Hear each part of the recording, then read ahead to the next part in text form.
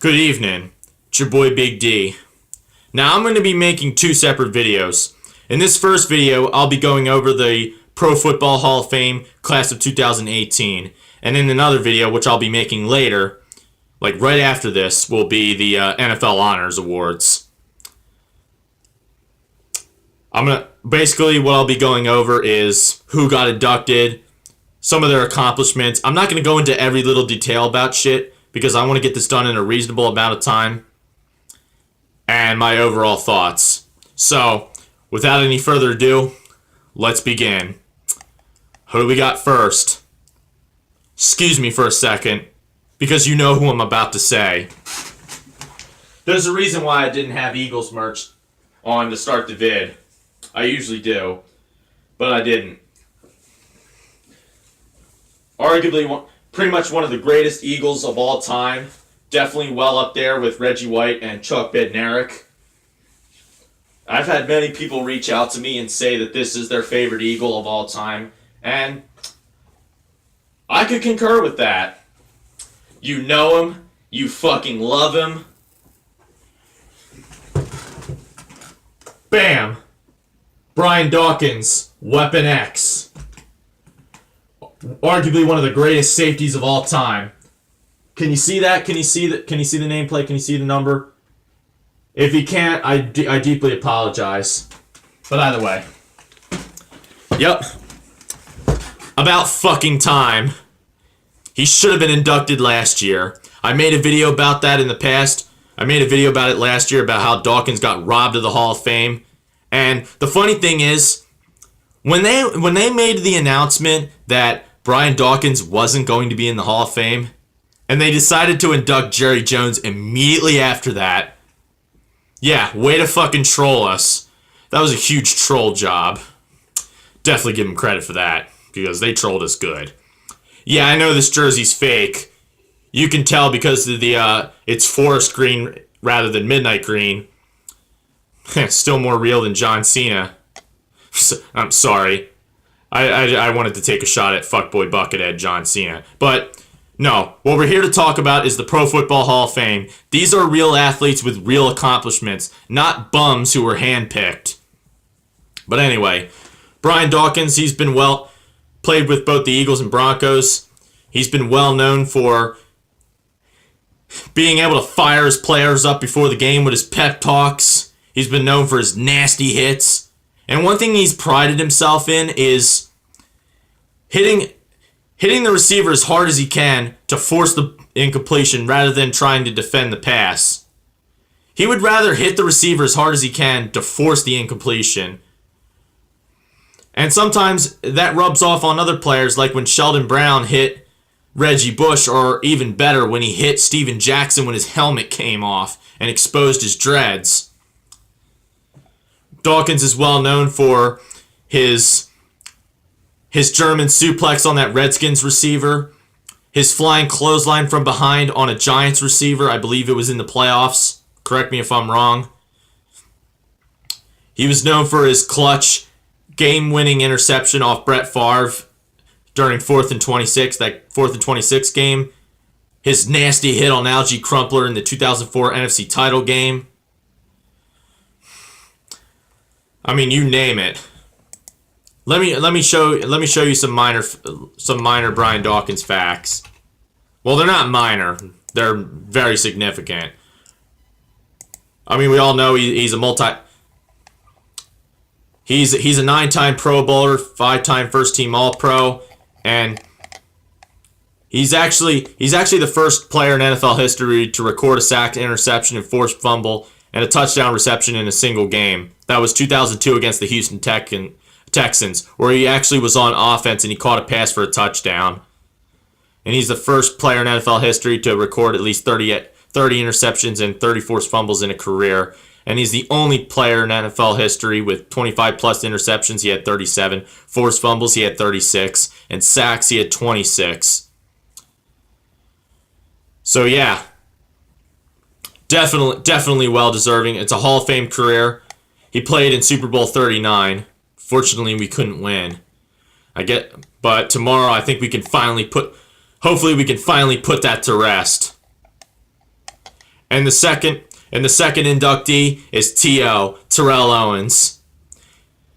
Yeah, he's definitely one of the most polarizing figures in the NFL. There's a reason. I think that's the general reason. I think that's the reason he was snubbed twice. He should have been inducted the first year, in my opinion. I still feel like he's better than Marvin Harrison. But I think it was because of his locker room attitude. I believe he was a locker room problem, and that he was a showboater, he was a prima donna, he was this, he was that. But the stats are there. The stats are there. He definitely has Hall of Fame numbers with 15,934 yards and 153 touchdowns. And hold on. Fuck. Oh, excuse me for a second. He's a 6-time Pro Bowler from 2000 to 2004, and he was in the Pro Bowl again in 2007, and he's a 5-time first-team All-Pro. And he's the only player in NFL history to score a touchdown against every team.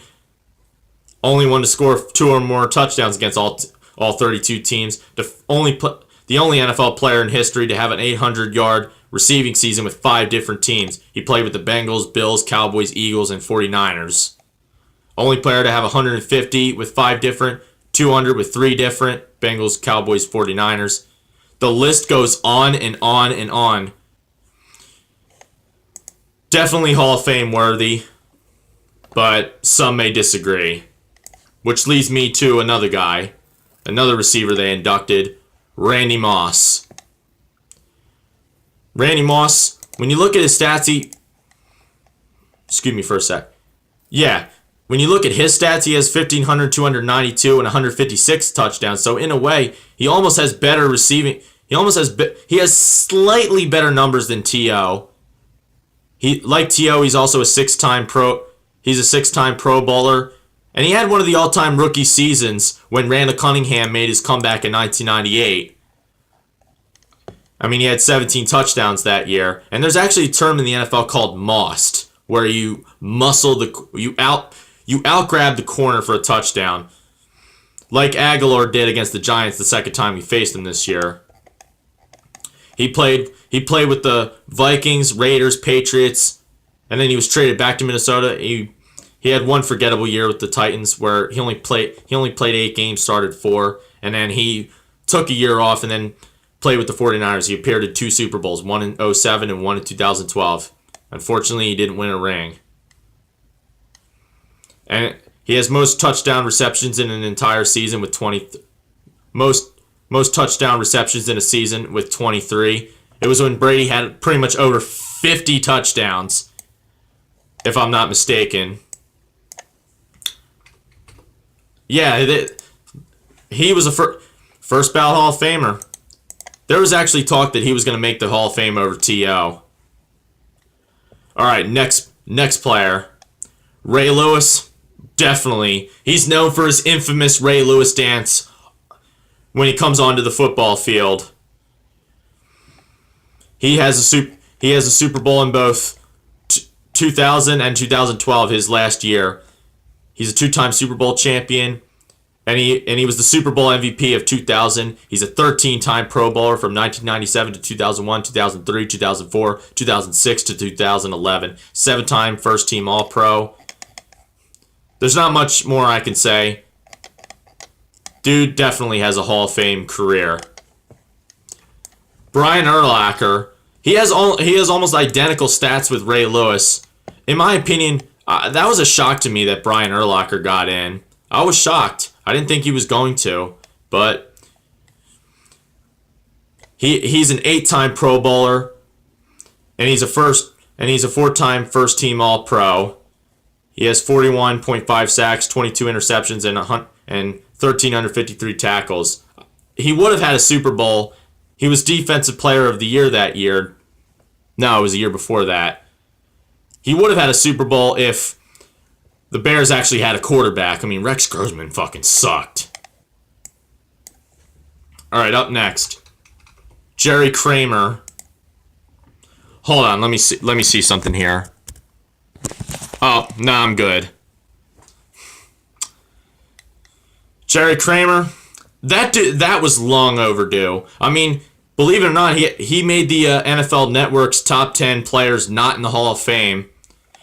But he was famously known for the famous Packers sweep. You know, when Vince Lombardi, what we're trying to get here is a seal here and a seal here, and we're going to try to run that play through the alley. And Jerry Kramer was a big part of that. And because he was an offensive lineman, dude got very little credit for what he was able to accomplish. And they've been saying for years that the dude should be in the Hall of Fame, and finally, after all these years, I mean, he's been snubbed countless times, but he's finally in, and well deserved too. Now let's look at his other accomplishments. He's a 2-time Super Bowl champion. He won the first 2 Super Bowls. A 5-time NFL champion. He won the ones in 1961, 62. He's a 3-time Pro Bowler and a 5-time first-team All-Pro. But yeah, because those offensive linemen don't really get a lot of love. They really don't. And Bobby Beathard. He's the guy, the former Chargers GM. He's the guy who drafted Ryan Leaf. I remember he said, we would have rather taken Peyton Manning. Peyton Manning was selected first. Leaf was selected second. He's like, we would have rather taken Peyton Manning. We tried to trade up to that number 1 spot, and they wouldn't do it. Can't say I blame them, though, because they're like, fuck. They're like, screw you. We want Manning. But if you look back, he was a talent scout for the Kansas City Chiefs during the Super Bowl. During the year they won.